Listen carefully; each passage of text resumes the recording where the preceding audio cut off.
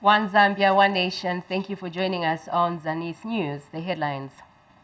President Hichilema graces 125 years anniversary of RCZ. Iteji Power Corporation shuts down one turbine. Plus, civil leaders in Wapula reoriented. ZANIS News in detail with me, Faith Katai, and my sign language interpreter is Renard Simukonde. President Hakainde Hichilema has reaffirmed government's commitment to work with the church in delivering service to the people.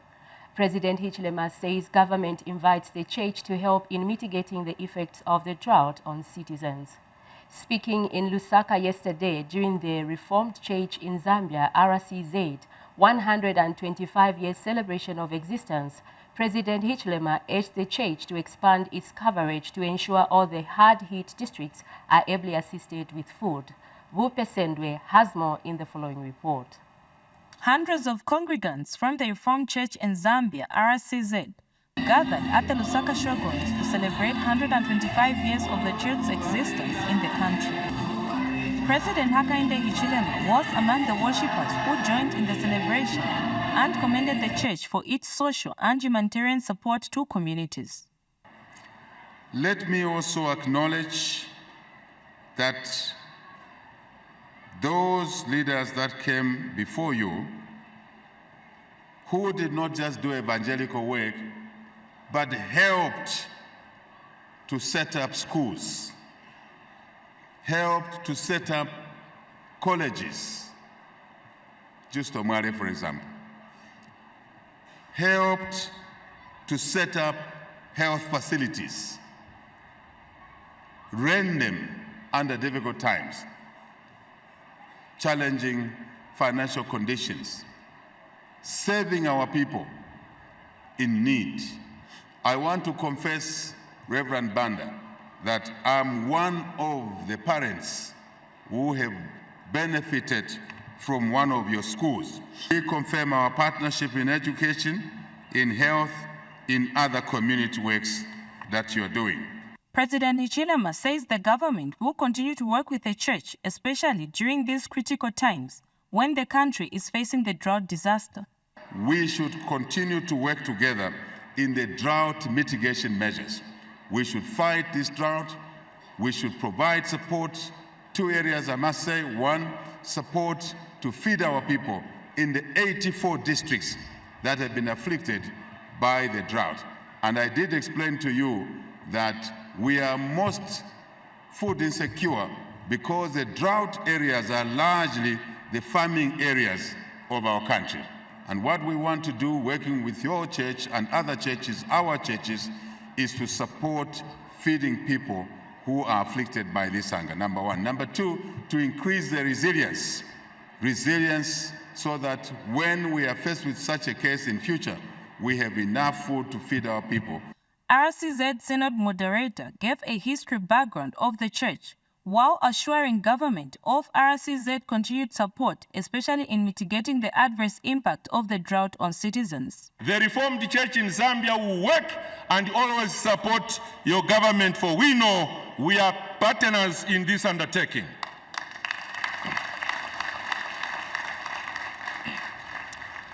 Your Excellency, we have heard your call for partners and stakeholders, both political parties and corporate partners, to come together and effectively implement immediate life-saving and life-sustaining humanitarian and recovery needs for the most affected areas of drought. Let me borrow your words on this one. You are not on your own. We are together as Zambians. And I am sure, Your Excellency, together as a nation, we can do to develop this country. Leading the sermon, Dutch Reformed Church of South Africa General Secretary said the church needs to remain firm on the word and as a beacon of hope for the country. Churches who have a prophetic voice to call to account the rulers and the governance of our day. May the RCZ continue to play a pivotal role as a church in Zambia with a prophetic voice. as the church follows God's calling and make the presence of God known among the Zambian people.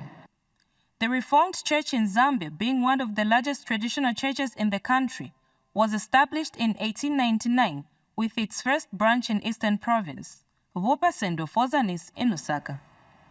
And President Hakainde Hichilema has assured traditional leaders of government's commitment to provide solar energy in all the 10 provinces to improve people's lives in rural communities. President Hichilema said this when he met 52 chiefs in Livingstone. The head of state said government is mobilizing resources saved from other sectors to ensure power is provided to rural communities which are not on the national grid. Here's a report. Government is determined to address challenges traditional leaders are facing. This is why President Hakainde Hichilema took time to confer with 52 chiefs from across the country who earlier attended the Benemuguni wind ceremony in Kazungula district. President Hichilema assured the chiefs that each province is allocated 10 mini solar energy systems to address the energy crisis affecting the country due to drought. Yesterday, I was at one of your colleagues' palaces, Chief Muchila, I don't know if he's here. Thank you, Mwami Tolumba, to launch a mini grid off national grid, a mini grid driven by solar off national grid, connecting his area, the school, the health center, and also to allow for irrigation around there so that we produce food not once in the rain season, but we can produce 2 or 3 crops in 1 year. This is the way we are going to put it there. But the good news is that we are going to put 100 of that kind across the country, and each province will receive 10, each province without segregation. The head of state also wants succession and boundary disputes to be resolved amicably. Just quickly to say, we have heard the request, 3 requests we have made. Very quickly, succession wrangles. We have to deal with them. Boundary wrangles. We have heard your recommendation. Let us talk about it. Because if the House of Chiefs was able to solve this problem, why are they there? Who goes to court? Is it not you in the royal families? It is you. The president said, no more court.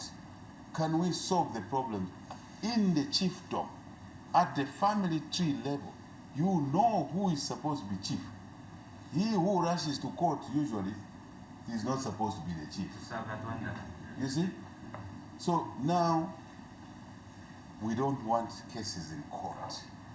Traditional leaders stand with government in solidarity and encourage the president to remain focused. That we are supposed to make as Royal Highnesses, since we are partners, not competitors, trying to mitigate the effects, negative effects of climate change. Succession disputes, wrangles, and boundary issues are a challenge, and we request your office and government to expedite the process of ensuring that the House of Chiefs is the final organ to resolve traditional matters, such as succession disputes and land border issues. Gift Banji, ZANIS in Livingstone, Southern Province. In other news, Minister of Home Affairs and Internal Security Jack Mwimbo has appealed to members of the public not to be coerced by some unscrupulous people to disturb public order ahead of the ruling by the Constitutional Court on the eligibility case of former President Edgar Lungu. Mr. Mwimbo has disclosed that government is aware that some people are planning to engage in unruly behavior that threatens the country's peace and stability. He further revealed during a media briefing in Lusaka yesterday that some unscrupulous people have been sending messages inciting members of the public to rise and disturb peace today. Mr. Mwimbo has since cautioned members of the public who are fond of being paraded during high-profile court cases not to show up at the court premises.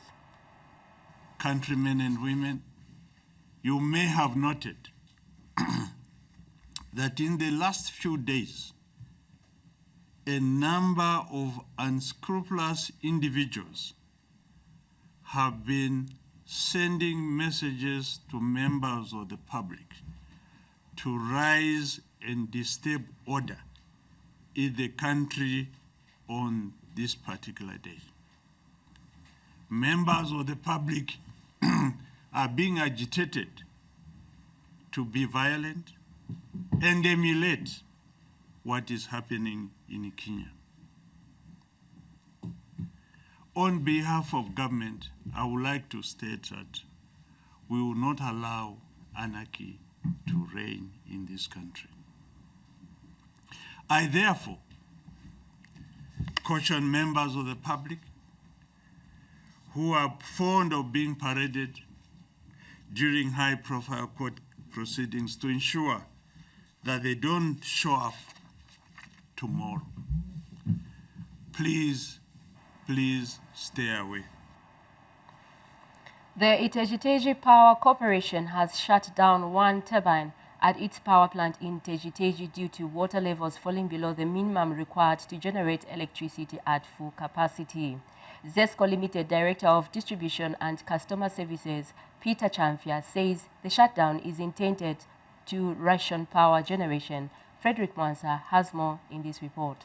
The El Nino-induced drought that gripped some parts of the country has worsened the water levels at Iteji Dam.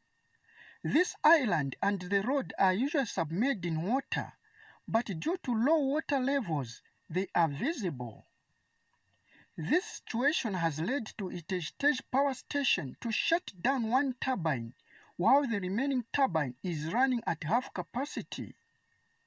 The power generation has dropped to 33 megawatts from total installed capacity of 120 megawatts.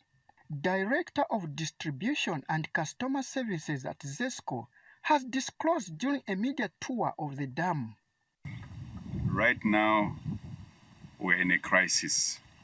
We cannot produce the energy which this hydropower station was designed for. As I speak now, we have shut down one machine at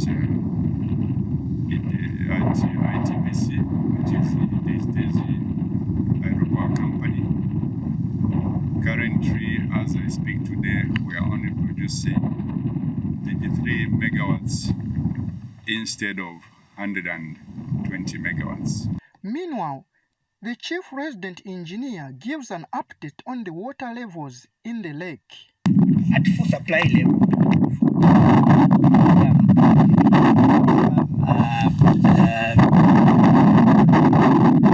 is 1,030.5 meters above sea level.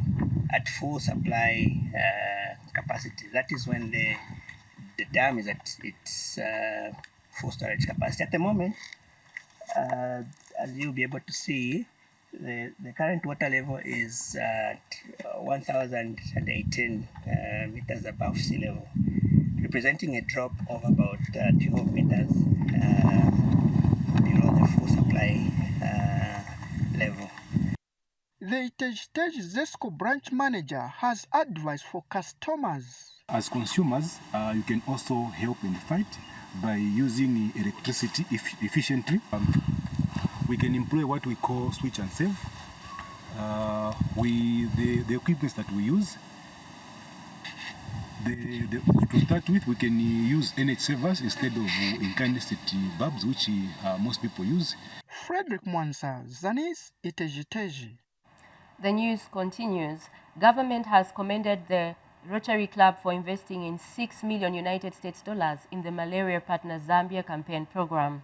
Ministry of Information and Media Permanent Secretary Tabo Kawana says the club's diverse works, such as the $6 million United States investment in the malaria campaign in Muchinga and Central provinces, cannot go unnoticed as the Rotary continues to serve masses selflessly.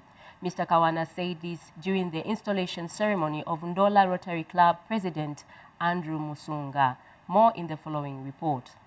Known for their humanitarian works, Rotary Club members from across the country have met in Ndola on the Copperbelt province to give support to the incoming Ndola Rotary president.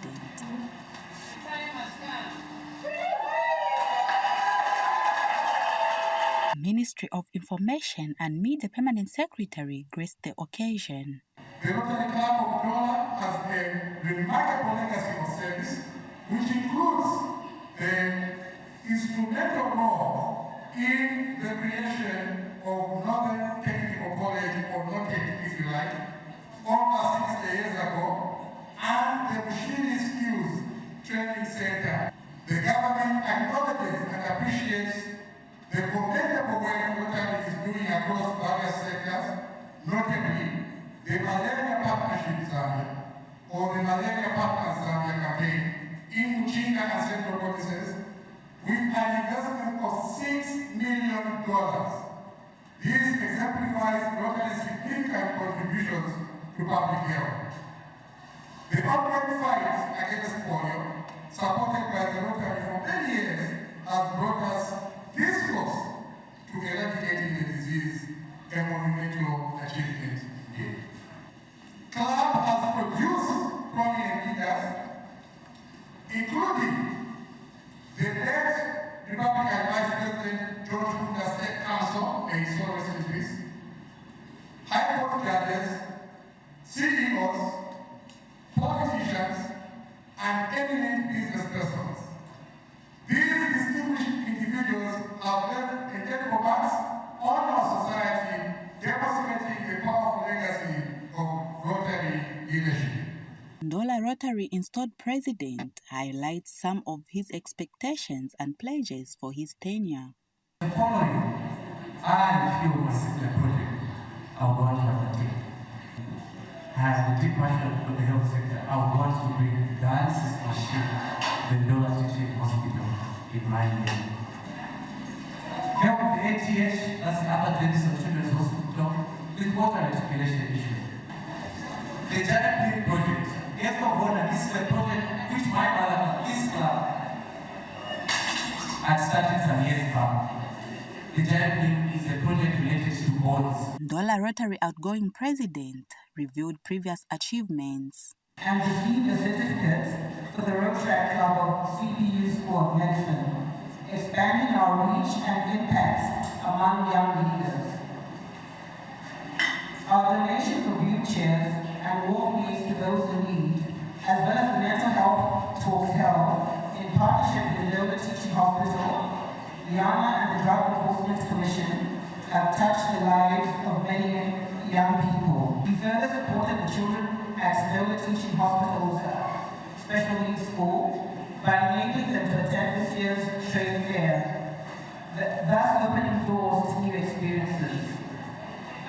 The Ndola Rotary Club has been in existence since 1953, with Andrew Msunga, installed president, being the 73rd president. Jacqueline Mora, ZANIS in Ndola. To Luapula province, where our staff Lewis Changwe reports that civic leaders from 6 districts have been reoriented on their roles and responsibilities to enhance effective service delivery to the communities. Here are the details. Councillors are key stakeholders in the operations of the local authorities. It is for this reason that an orientation workshop for councillors in the 6 districts of Luapula province has been conducted to help councillors acquire knowledge on the operations of the local authorities. The workshop, which drew participants from Mwansawombwe, Lunga, Samfya, Chembe, Chiengi and Kawambwa, was held at Peace Soldier Lodge in Kawambwa district. And the purpose of this meeting was to put the councillors, the officers, to speed with regard to the changes that have taken place. As we are aware, about 90% of the councils in Luapula province have finalized the development of the integrated development plans. And also, we are all aware that the government has increased the CDF fund up to the tune of 30.6 million. In an environment where there's this constant change, we as leaders or servants, I would say, who are working in such an environment need from time to time to be refreshed. Provincial engineer Sidney Simute was one of the facilitators. This wasn't the first reorientation. We also had the previous orientations which were in Mansa and also Sanfia. So right now I can confidently say that we've reoriented all the local authorities, all the councils in all the 12 local authorities in the province. Sanfia Town Council Chairperson James Kapia gave a vote of thanks. In Chelenge, what is happening in Kawambwa is what culminates into national development. So our hope and trust is that together as a unit, we're going to continue to move to ensure that those pledges that we made in 2021 and before are actually met by us doing the correct thing. Lewis Changwe, ZANIS, Kawambwa, Luapula Province. We take a break. Stay tuned. Zambia Today is a program that keeps you informed on various government policies and programs. Join us every Tuesday at 18 hours on ZANIS TV, Topstar Platform, Channel 6 DTT, and 458 DTH. Don't miss.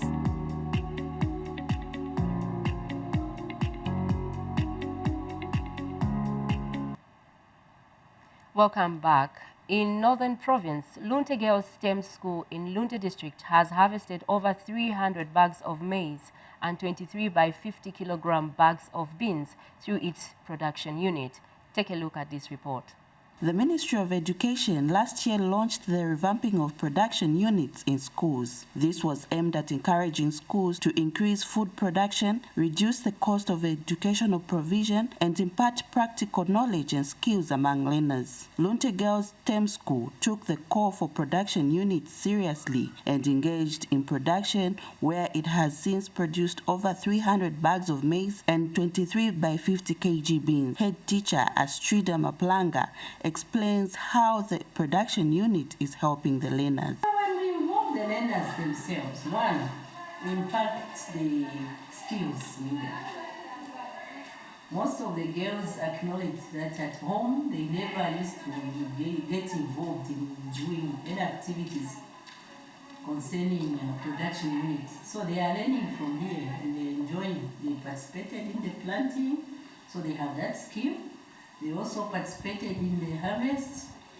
When they were harvesting, they were the ones who harvested the maize, shelling, and also packaging. Lunte District Commissioner Joseph Chilando has expressed happiness with the school for recording success in the production unit. There are some schools like Lunte Girls, Mlenga Mapesa Day Secondary School, Mkupaka Omade Secondary School, who are doing well. Because I have been to these schools. For example, Mlenga Mapesa have done very well in terms of maize production. They have even sold something to FRA, and they have left something for the children. So I'm just encouraging the schools that they have to go flat out to implement what we agreed upon. Some pupils spoken to had this to say. Most of them really had a feel in planting and also feeling free with nature in itself, because many people are hoping to become doctors, some nurses and the like.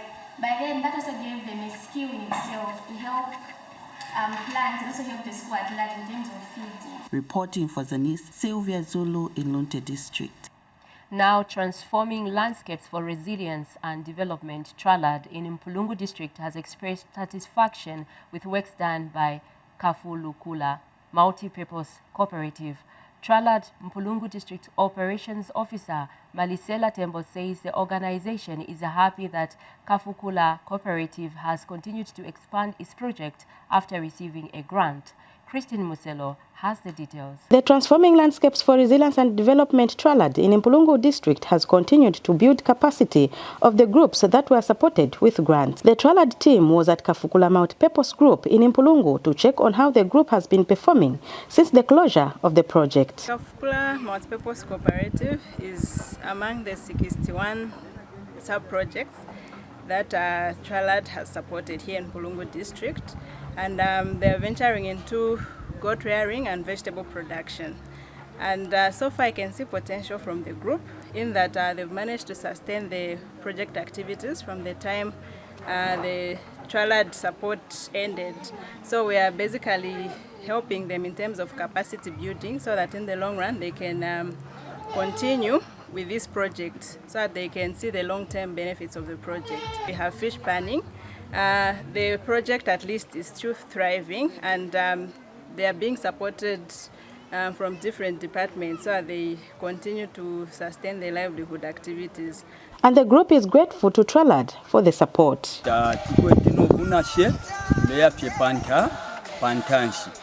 So apa tuleruisha okwebati nga twakwata tukafuirisheko na bambi bali abalekavirwa okwafuirishwa kilekavirwa okwebati na fimbi kuti batwafwa kurosha kuri fine batwafwa tule yafiko pantanshi pakwebati wikashi wesu n'abana besu bakekale bwino bakasambilile school wena muri fifintu uyo garden wena tulesekerera na ile tupera ko bunonshi antu ile moneka bwino yalambe ko kuseka eliona pa wena natuishibo kutira titwala kwatira mu mukumu ngefine twalefu aya mukwayi. Christine Muselo reporting for ZANIS in Mpulungu.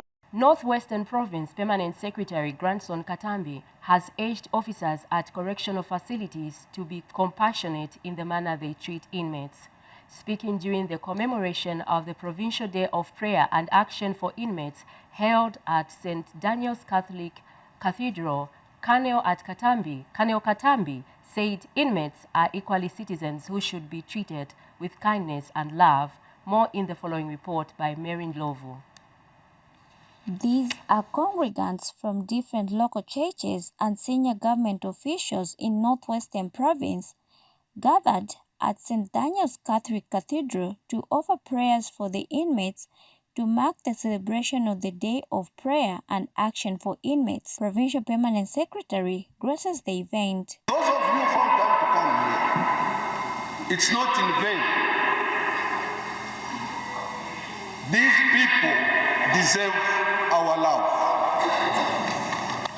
They are your brothers and sisters. Somebody has said it here.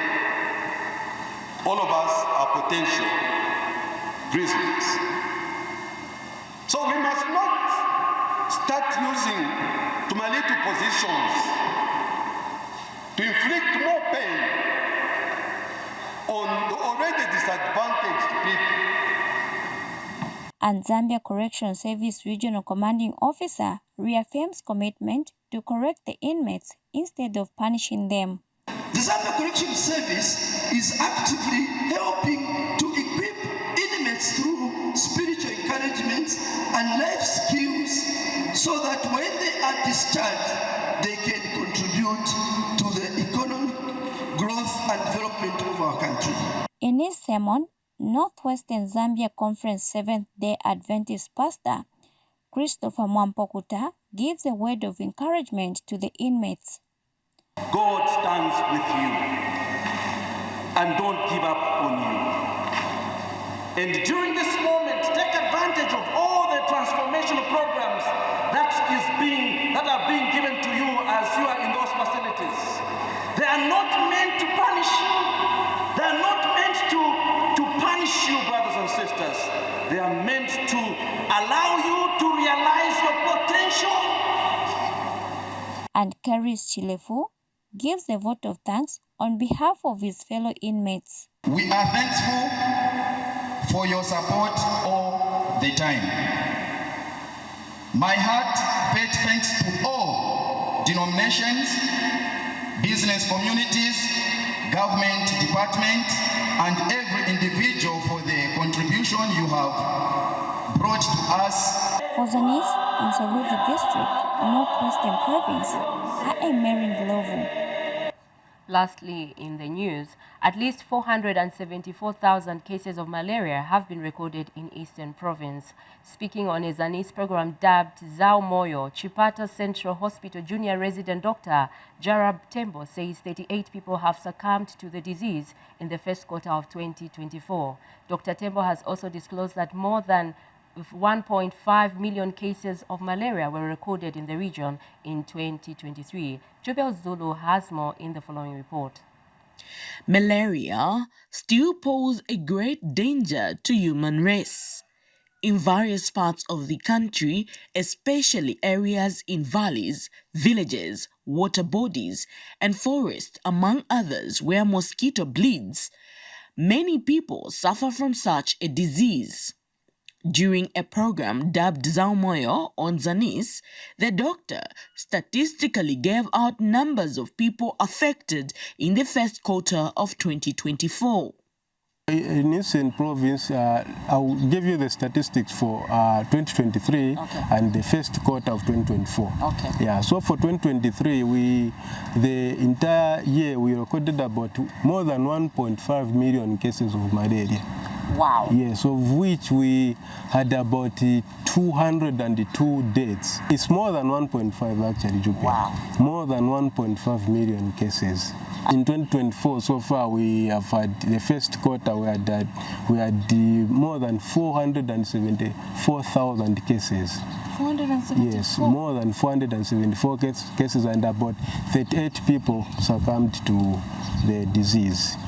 This disease is also dangerous on a pregnant mother and the baby.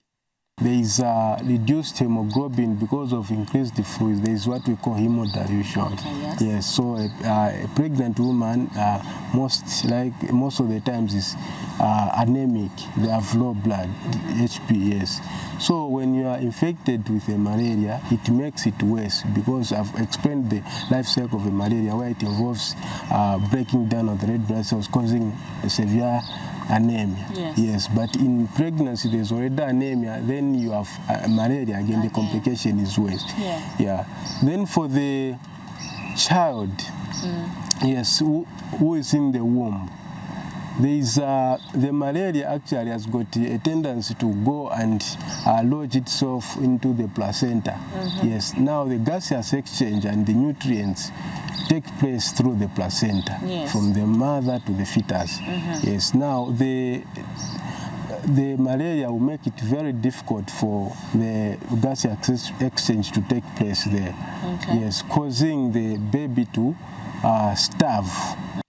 It was also mentioned during the program that other people have immunity to malaria. Who have a sickle cell trait, meaning they are carriers of a sickle cell gene, yes, those people are usually immune to severe malaria, complicated malaria. Yes, and even people with blood group O, yes, they are kind of immune to severe malaria. Yes, and we also have people who have lack of a certain enzyme called glucose 6-phosphate dehydrogenase. Yes, those people who lack that enzyme, they actually are immune to malaria. Jubel Zulu, ZANIS, program that brings you Chipata nothing District, but the best Eastern information Province. on your health. As we end the news, here is a reminder of the top stories. President Hichilema graces 125 years anniversary of RCZ. Iteji Power Corporation shuts down one turbine. Plus, civic leaders in Wapula reoriented. That is all we had for you on ZANIS News. On behalf of the entire ZANIS production team and my sign language interpreter, Renard Simukonde, my name is Faith Katai. Enjoy the programming.